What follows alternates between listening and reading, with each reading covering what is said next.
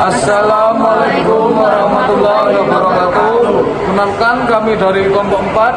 Kami akan menjelaskan tentang Lasite. Kenalkan, nama saya Ferry Susanto dengan NIM 1312 4056. Perkenalkan, nama saya Elisa dengan NIM 1312 4001. Perkenalkan, nama saya Nanda Agustia dengan NIM 1312 4002. Perkenalkan, nama saya Jessica, NIM saya 1312 4010. Nama saya Sabesa, NIM 1312 4003. Perkenalkan, nama saya Isa Christian Pardede dengan NIM 1312 4052. Pengertian Lasite. Lasite adalah sebuah konsep dalam bahasa Prancis yang sering diterjemahkan sebagai sekularisme. Ini merujuk pada prinsip pemisahan antara agama dan negara. Dalam konteks Perancis, Lasite memiliki sejarah panjang dan implikasi yang luas dalam kehidupan masyarakat. Secara sederhana, Lasite berarti satu, netralisasi negara, yaitu negara tidak memihak pada agama tertentu dan tidak campur tangan dalam urusan agama.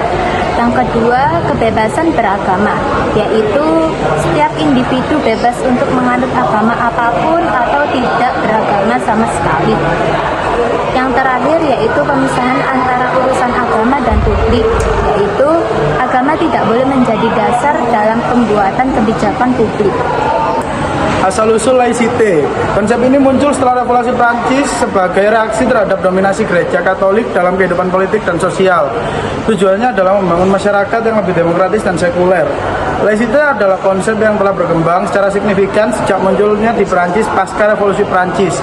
Konsep ini terus berevolusi seiring dengan perubahan sosial politik dan budaya yang terjadi di Prancis dan dunia.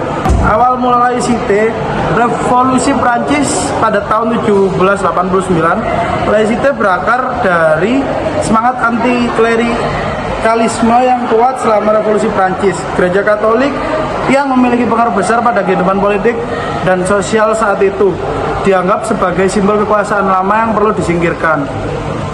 Deklarasi Hak Asasi dan Warga Negara pada tahun 1789. Deklarasi ini menjadi landasan bagi pemisahan antara gereja dan negara dengan menegaskan kebebasan beragama dari kesetaraan semua warga di hadapan hukum. Concordat 1801. Meskipun merupakan langkah mundur, Concordat ini menandai upaya pertama untuk meresmikan pemisahan gereja dan negara. Dalam perjanjian ini, Napoleon Bonaparte mengakui Katolik sebagai agama mayoritas di Prancis, namun juga membatasi pengaruh gereja dalam urusan negara. Perkembangan Laicite pada abad ke-19. Undang-Undang Pemisahan Gereja dan Negara 1905. Undang-undang ini menjadi tonggak penting dalam sejarah Laicite.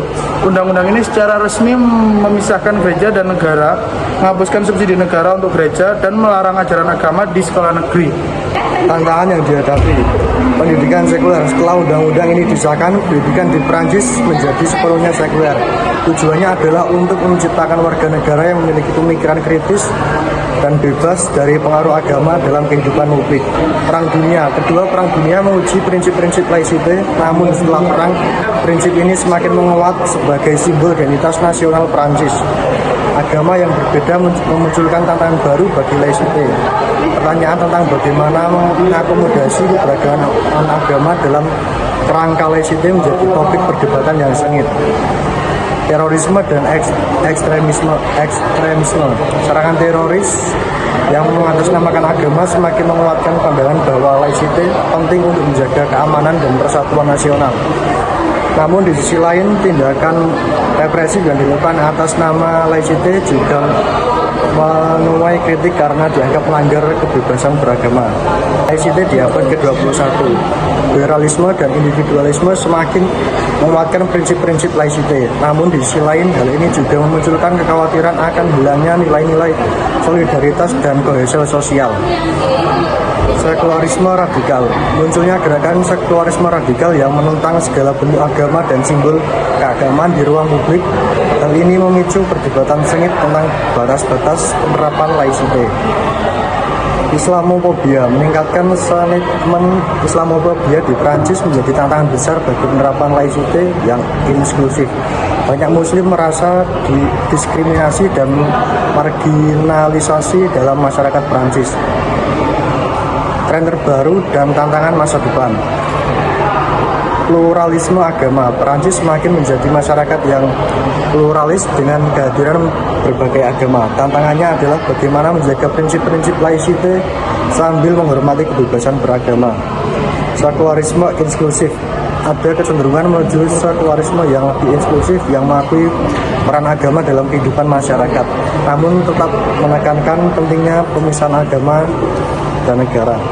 Radikalisasi agama dan ekstremisme terus menjadi ancaman bagi laicite dan keamanan nasionalisme.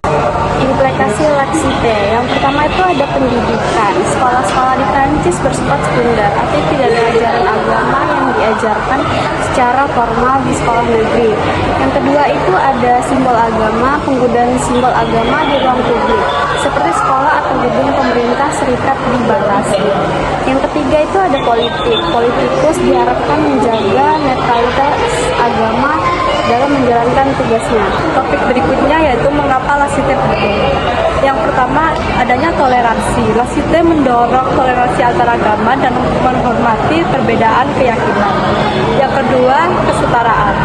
Semua warga negara memiliki hak yang sama terlepas dari apa agama yang mereka anut.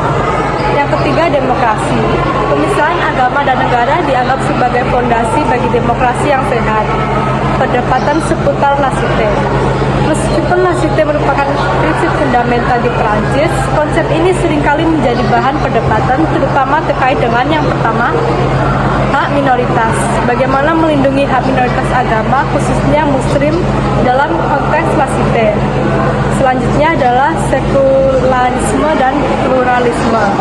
Adalah bagaimana cara menjaga keseimbangan antara prinsip sekularisme dengan prinsip nilai-nilai pluralisme dalam masyarakat yang beragam. Jadi saya akan menjelaskan tentang prinsip-prinsip utama laicite. Yang pertama adalah netralitas agama negara. Negara tidak menganut agama resmi dan tidak mendukung atau menentang agama tertentu. Yang kedua adalah kebebasan beragama. Semua warga negara memiliki kebebasan untuk menganut agama atau kepercayaan apapun atau tidak beragama sama sekali. Dan yang ketiga, pemisahan gereja dan negara. Institusi agama tidak boleh ikut campur dalam urusan negara dan sebaliknya.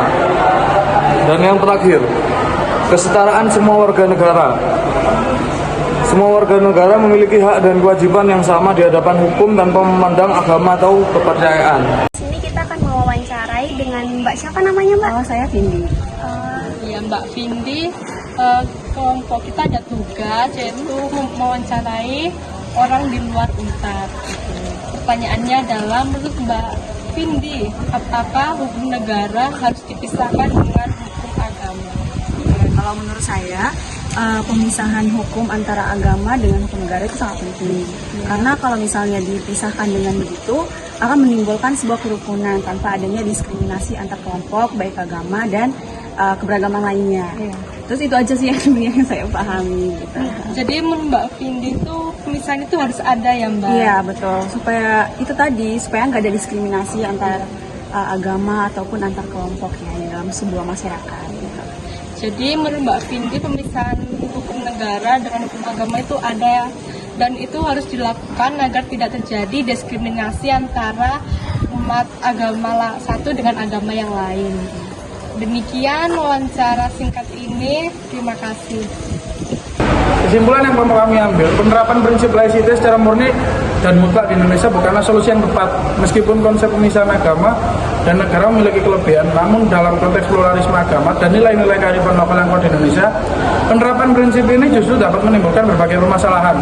Alasan utama mengapa laicite tidak cocok untuk di Indonesia menurut kelompok kami adalah pluralisme agama, nilai-nilai kearifan lokal, Pancasila, potensi diskriminasi. Sekian dari kelompok kami, kelompok 4. Kurang lebihnya mohon dimaafkan. Wassalamualaikum warahmatullahi wabarakatuh. Terima kasih.